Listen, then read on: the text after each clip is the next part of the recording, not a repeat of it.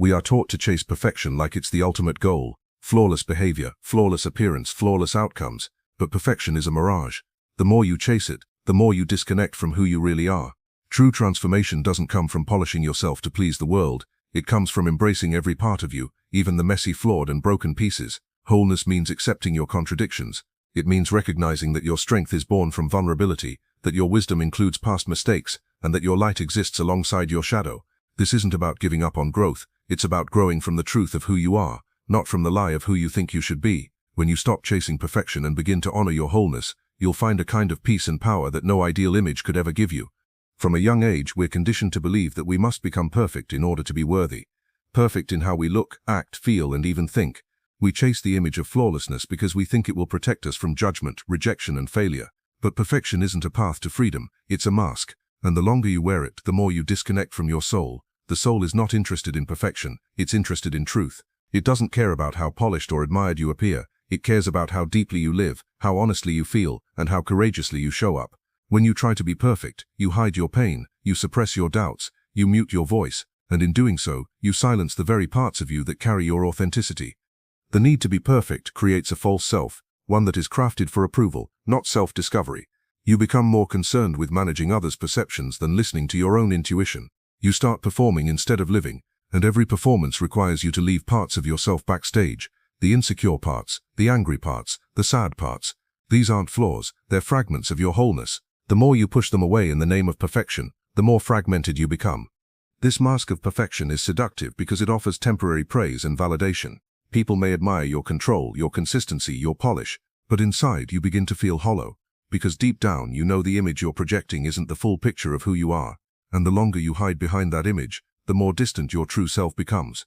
Your soul cannot thrive in performance. It thrives in honesty, in vulnerability, in realness. Every time you deny your truth to appear perfect, you shrink the space your soul can inhabit. The soul speaks in rawness, in emotion, in contradiction.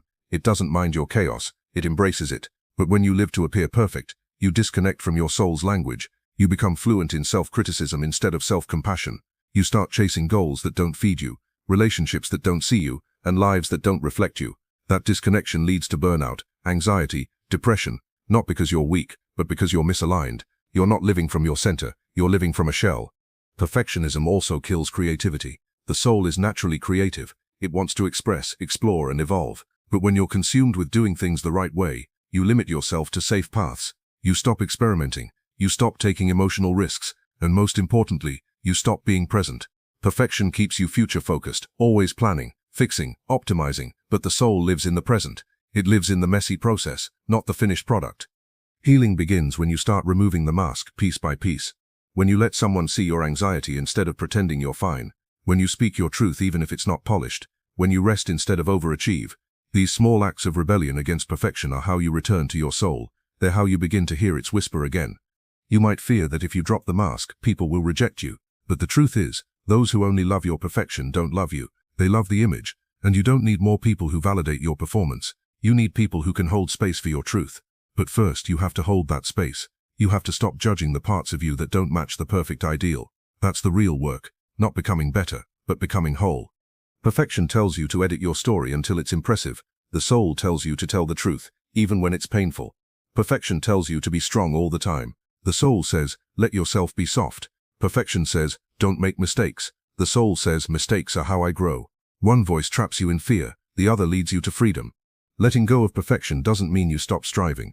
It means you start striving for meaning, not image, for depth, not applause, for connection, not control. And in that shift, you begin to rediscover who you really are, beneath the mask, beyond the fear, and back in alignment with the sacred pulse of your own soul. Most people spend their lives trying to fix what's wrong with them. They chase perfection, obsess over self-improvement, and shame themselves into silence whenever they fall short of their own standards. But what if your so-called flaws aren't problems to be solved, but messages to be understood? What if the very parts of you you're trying to erase are actually your deepest teachers, the ones pointing you toward healing, wholeness, and truth? Carl Jung understood this well.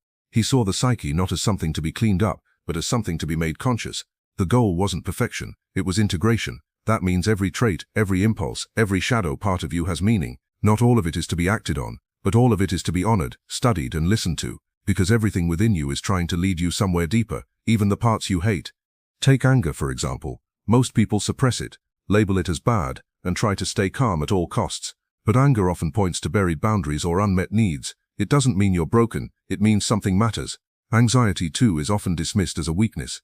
But anxiety is a signal that your inner world is overloaded, conflicted, or disconnected from something vital.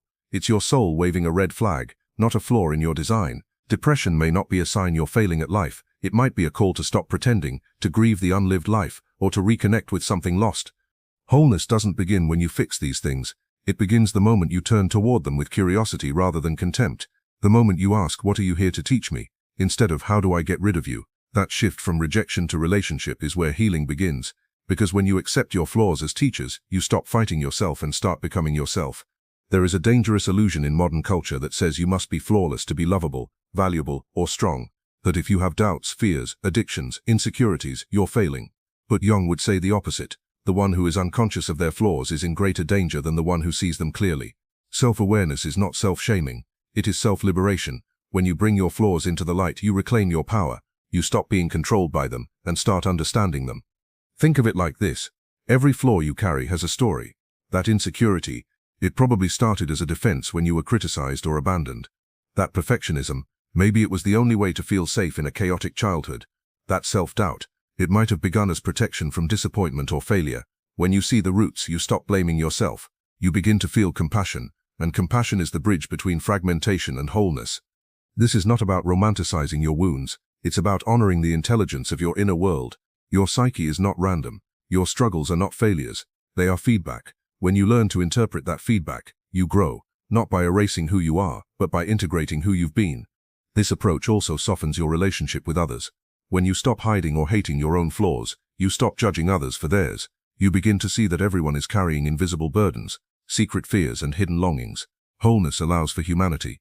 It lets you love without needing people to be perfect, and it lets you be loved in your own messiness too. In fact, the most magnetic people are often not the most polished, they're the most real, the ones who've made peace with their darkness, who no longer pretend to be someone they're not, who show up raw, honest, and grounded in self-acceptance. That kind of presence can't be faked. It can only be earned through the difficult but beautiful work of meeting your flaws with open arms. Wholeness isn't clean, it's not tidy, it doesn't mean you never fall apart. It means you stop abandoning yourself when you do. It means you no longer say, "I'll love myself when," and start saying, "I choose to be with myself now." In your anger, in your doubt, in your joy, in your grief, all of it, because every part of you is part of your becoming. So the next time you feel shame creeping in, or you catch yourself saying, "Why am I like this?" pause. Ask instead, "What is this feeling trying to show me?" That's the language of wholeness. It's not about editing your soul, it's about decoding it. Your flaws are not the enemy. They are unprocessed stories, unmet needs, and unconscious patterns that want your attention, not your rejection. When you begin to accept them as teachers, you stop living a life of internal war and begin the slow, sacred work of coming home to yourself. Not the self you think you should be, but the self you already are. Flawed, yes, but full of meaning, and worthy of love, exactly as you are. The shadow isn't evil, it's exiled. It's made up of everything you've pushed away because someone once told you it was too much, not enough, or unacceptable. It holds the emotions you were never allowed to feel, the thoughts you were taught to suppress, the impulses you feared would make you unlovable. Over time, these fragments didn't disappear, they simply went underground. But just because they're hidden doesn't mean they're gone. They still influence you through self-sabotage, emotional triggers, projections onto others, and unconscious behaviors you can't quite explain. The shadow is not your enemy, it's the missing piece of your wholeness. And every time you try to erase it, you lose touch with the most vital parts of yourself. What we reject within ourselves doesn't vanish. It waits, and it waits in the dark not to punish us, but to be reclaimed. That anger you've buried, it may hold your boundaries. That fear you hide, it might protect your vulnerability. That jealousy you're ashamed of, it could be pointing to a hunger you've long ignored. The parts we label as bad or negative are often carrying sacred messages we've never learned how to hear. The shadow isn't about indulgence, it's about integration, and integration begins with curiosity, not condemnation. When you deny your shadow, you don't become good, you become split. You start living a divided life, one part public, polished and accepted, the other secret, suppressed and misunderstood. This inner division leads to anxiety, confusion and burnout because you're constantly fighting yourself. But the shadow doesn't need to be fought, it needs to be seen, it needs a conversation. You can't heal what you refuse to face, and you can't love yourself while waging war on half of who you are. Every time you feel triggered, there's a clue. Every time you overreact, there's a voice that needs to be heard. The shadow is rarely loud, it whispers, and it often speaks through discomfort. It shows up as envy, resentment, self-doubt, insecurity, addiction, not because it wants to harm you but because it's trying to be known. Your shadow isn't malicious, it's misunderstood. It's the younger you still aching to be accepted, the one who learned too early that some emotions are dangerous, that being authentic could cost you love, that safety meant silence, but healing means going back, not to stay but to reclaim what you left behind. Shadow work isn't about fixing yourself, it's about welcoming yourself back. When you turn toward your rejected parts with compassion instead of shame, something shifts. You start to feel whole again. You stop overcompensating. You stop needing to prove your worth. You stop chasing perfection. And in that space, your real power emerges. The power that comes from owning your story. All of it, even the chapters you once tried to skip. Your shadow holds not only your pain but your passion, your creativity, your raw, untamed truth. It holds the part of you that knows how to say no, the part that doesn't care about being liked, the part that dreams wildly and feels deeply and dares to live fully. These aren't flaws, they're fire. But if you keep them buried, they'll burn you from the inside instead of lighting your way. Integrating the shadow means no longer running from your inner complexity. It means you can be both strong and scared, gentle and fierce, confident and confused. It's in embracing the contradiction that you find your depth. Real wholeness isn't about becoming pure, it's about becoming real. It's not about being only light, it's about carrying the dark with grace. The shadow will never disappear completely, and it shouldn't. It evolves as you do, and every new stage of your life will bring new pieces of it forward. The goal is not to eliminate it, but to relate to it, to make it conscious, because once it's conscious, it loses control over you. You begin to act from choice instead of reaction, from clarity instead of confusion. The parts you've been trying to erase are not your weakness, they're your invitation. An invitation to come home to yourself, to stop performing and start listening, to stop hiding and start healing, to stop judging and start integrating. You don't have to be perfect, you don't have to be light all the time, you just have to be whole. And wholeness begins when you turn toward the parts you thought were unworthy, and realize they were simply waiting for your love. Self-love has become a trending phrase, often reduced to surface-level affirmations and temporary confidence boosts. But real self-love isn't about constantly feeling good or thinking positively. It's about radical honesty with yourself. It's not a filtered highlight reel of your best moments. It's the messy, raw, unedited truth of your being. You cannot genuinely love yourself while trying to cut out the pieces you don't like. That's not love, that's rejection with a smile. True self-love begins when you stop trying to fix, manage, or hide the parts of yourself that feel too much, too broken, or too confusing, and instead start to meet them, understand them, and welcome them in. You were never meant to be a perfect image. You were meant to be whole, and wholeness requires embracing contradiction, joy and grief, strength and softness, clarity and confusion. Every time you edit yourself to fit someone's expectations, or even your own outdated ideal, you teach your psyche that love is conditional, that you're only worthy when you perform, that certain emotions, thoughts, or traits must be deleted in order to belong. But this mindset fractures you. It keeps you walking on eggshells in your own skin, constantly trying to control your image rather than connect with your essence. And that's not self-love, it's self-monitoring. It's exhausting, it's lonely. Loving yourself means being able to sit with discomfort without trying to mask it. It means being able to witness your own shadow without shaming it.